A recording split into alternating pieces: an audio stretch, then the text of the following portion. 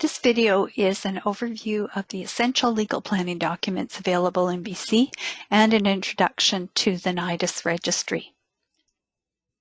My name is Joanne Taylor. I'm Executive Director of the Nidus Resource Centre since 2000. This presentation provides basic information based on BC legislation.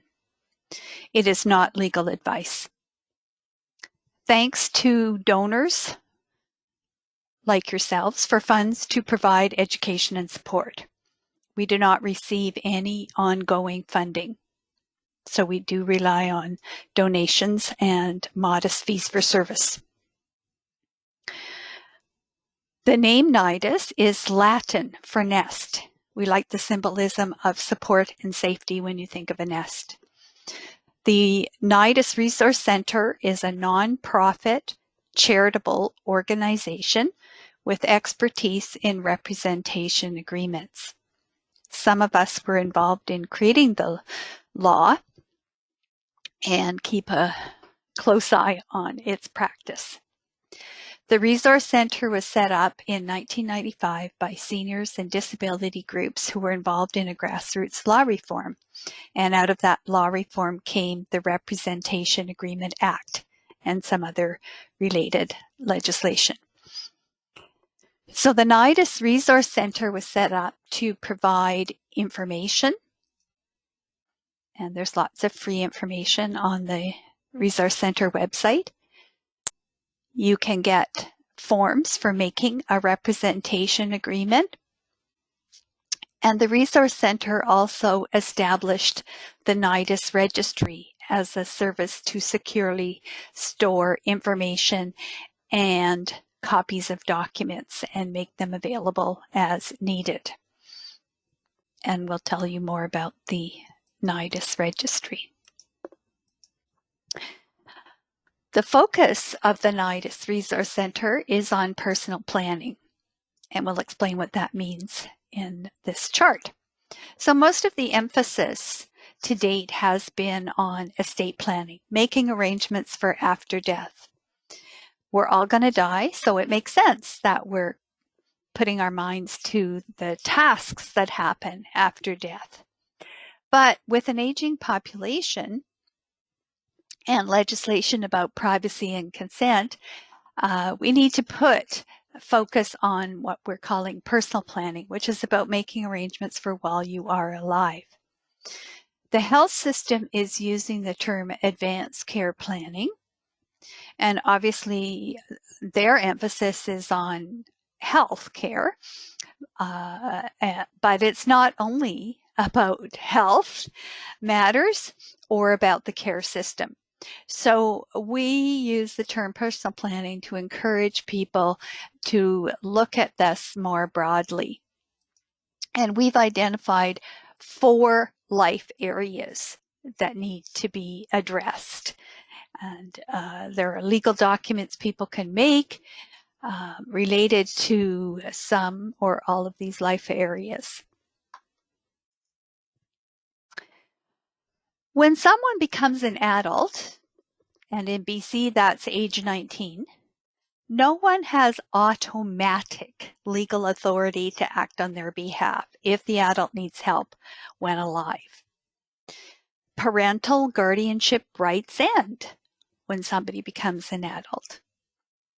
So there's 2 approaches.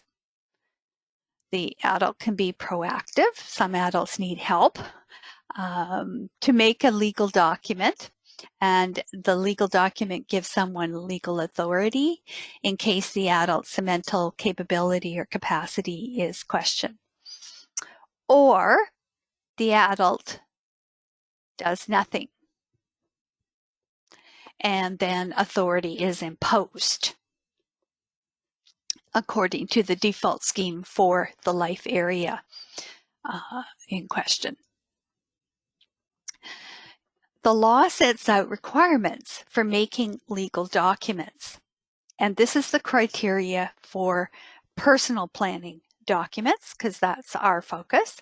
And remember, we're talking about BC legislation.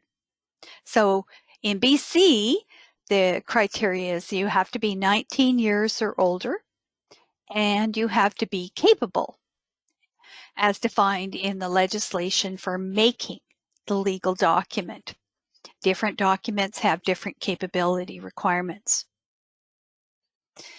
And in BC, we have the traditional definition, which is kind of worldwide, and it's based on cognitive ability. It's been around for hundreds of years. Goodness knows it needs to change, or there needs to be some changes to this definition, but it's the one that kind of rules the world. Thanks to the law reform many years ago in British Columbia, we have what I'm calling the RA7 definition. And it does not rely on cognitive ability like the traditional definition.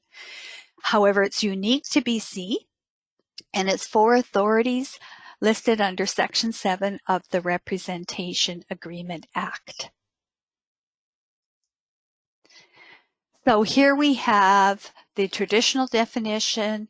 You have to understand the nature and effect of the legal document at the time of making it.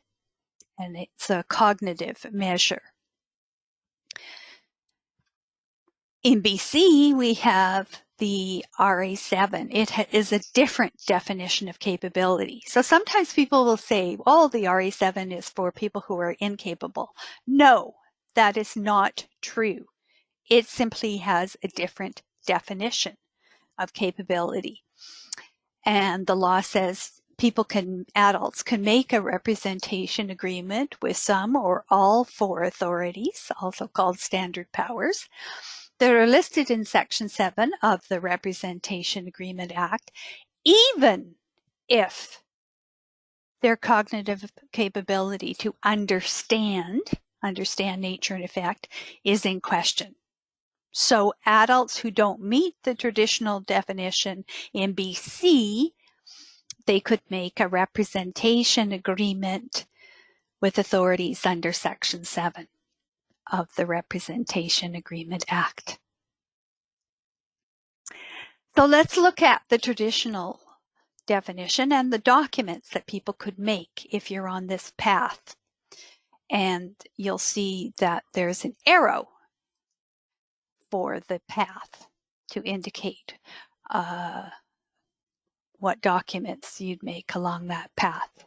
So if you meet that definition, for health and personal care matters, you would make what's called a representation agreement under Section 9 with authorities from Section 9, called RA9 for short. But that only covers health and personal care matters. So there's a different document for legal and financial matters. Most people would make an enduring power of attorney. It's the most comprehensive, as you can tell by the chart. It's bigger, covers more. But some people, there's an or, you don't make both.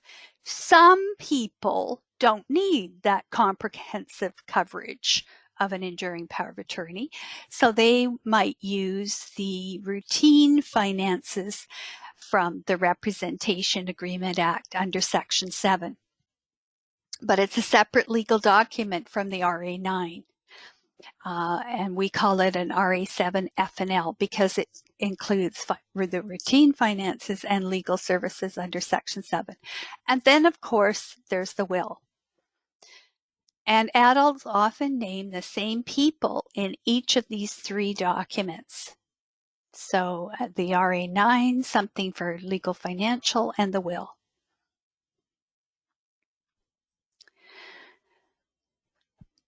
But if someone doesn't meet that traditional definition, they could make, with help perhaps, a representation agreement under Section 7. And it covers aspects of all four life areas, and I'll explain a little bit more about that. But this was, the reason for the law reform was to focus on inclusion, equity, bringing some equity to this, so that even if someone doesn't meet the traditional cognitive requirements for capability, they could still make a legal document to authorize people who know them and who care about them to help them in one or more of these life areas. And there's a dotted line here because the RA7 definition applies to personal planning, not to estate planning. That still falls under the traditional definition.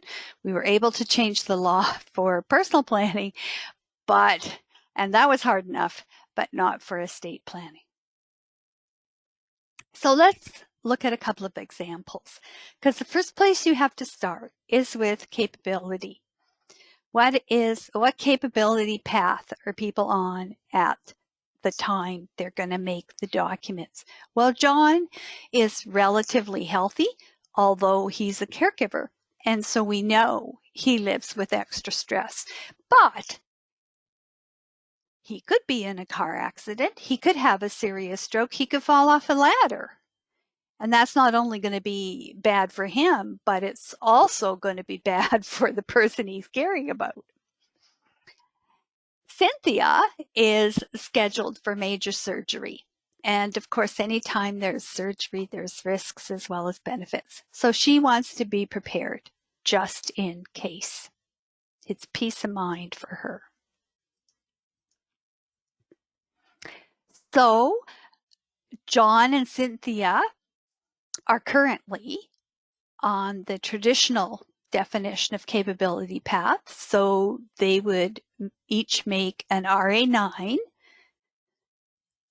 probably the enduring power of attorney, and a will. They might have some of those in place already, but at the current time, they're still on the traditional definition of capability path.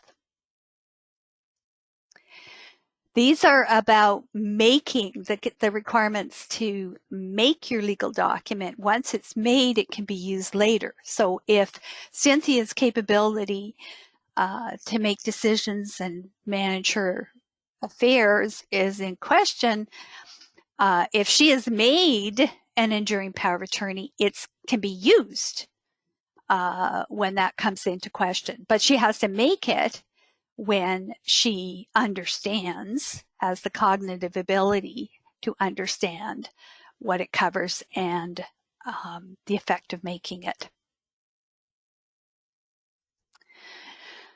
What if someone's capability right now doesn't meet that traditional definition? And here we have Albert. He had a serious stroke.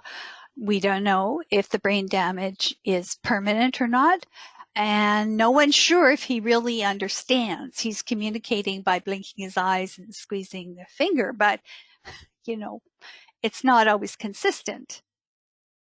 Albert made a will many years ago, and his children want to make sure he gets the best rehabilitation possible. And that means they're going to have to be able to access his income tax return so that because it's used to for him to qualify for subsidies for health care and personal care services. So what can Albert do? Well, he's got a will, but he's not dead. The will is only going to work when you die. So he would make what we call an RA7 all, because there's nothing in place for health care, personal care, legal, or financial matters. And by making the RA7 all, his children will be able to access the income tax, pay bills, do other things that fall under financial legal, and they'd also are going to be able to help him with his health care and personal care, the rehabilitation services.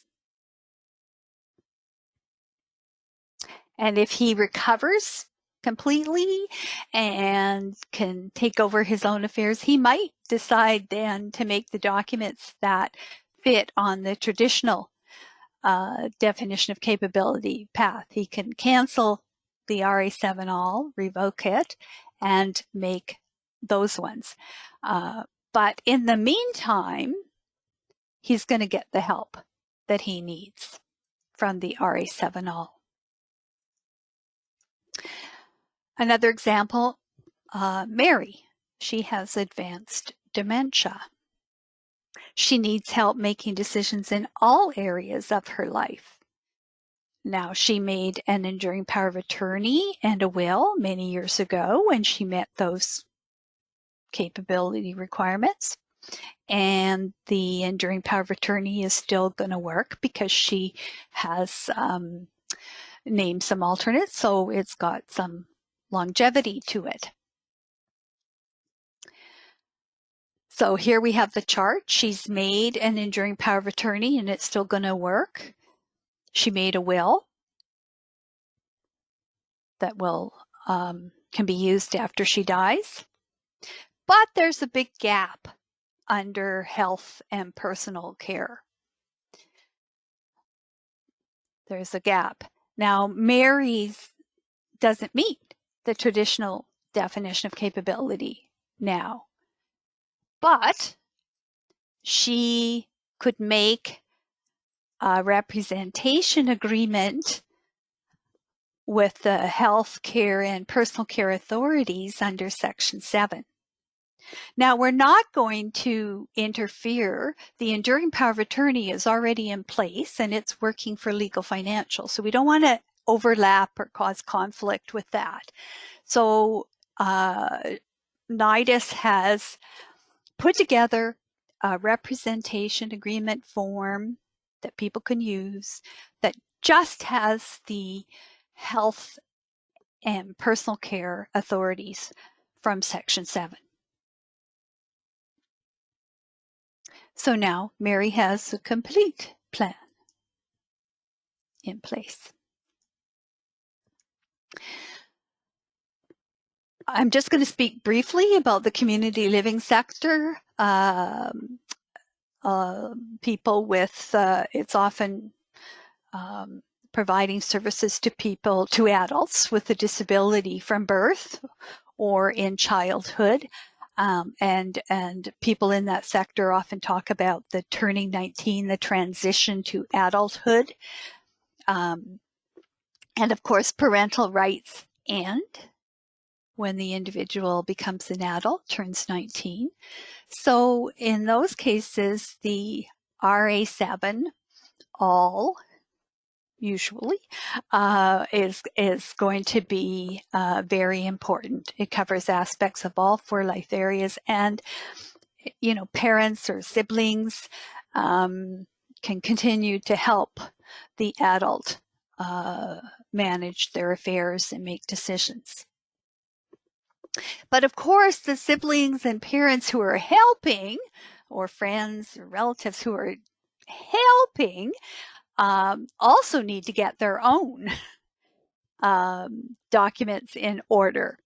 They are on a different path, but the issues apply to everyone.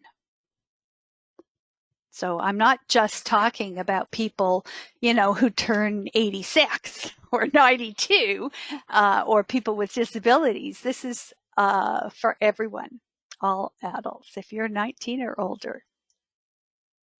But you need to look at the path that you're on.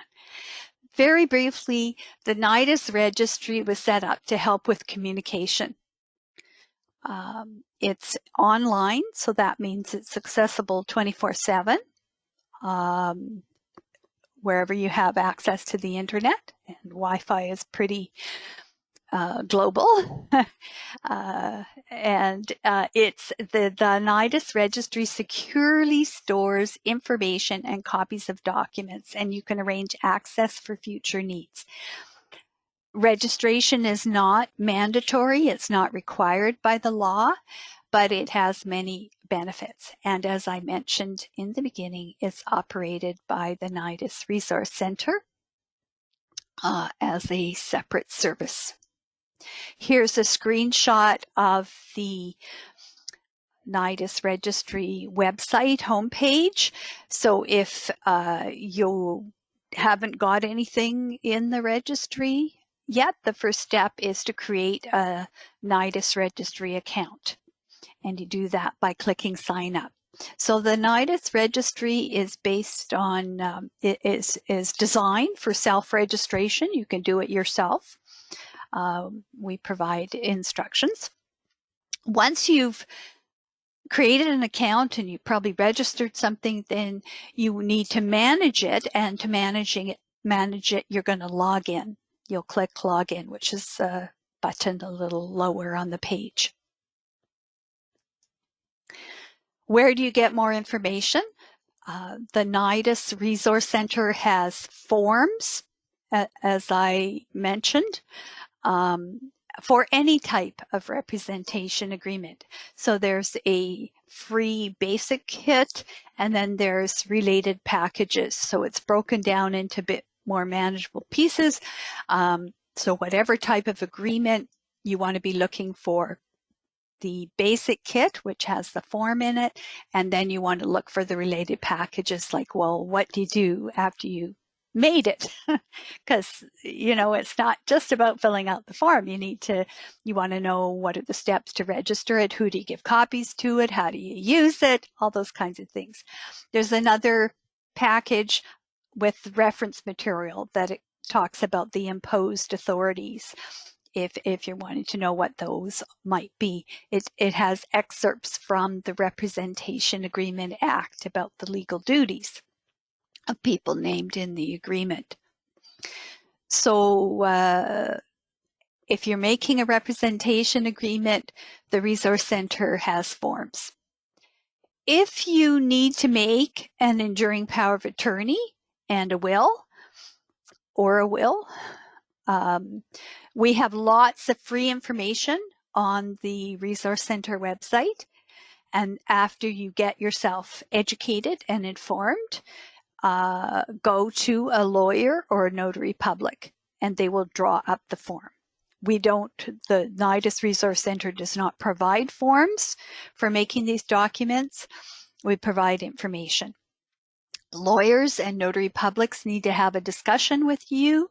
The person making the document, they'll be concerned about, you know, how you meet the capability requirements, and they will draw up the form according to your situation and instructions.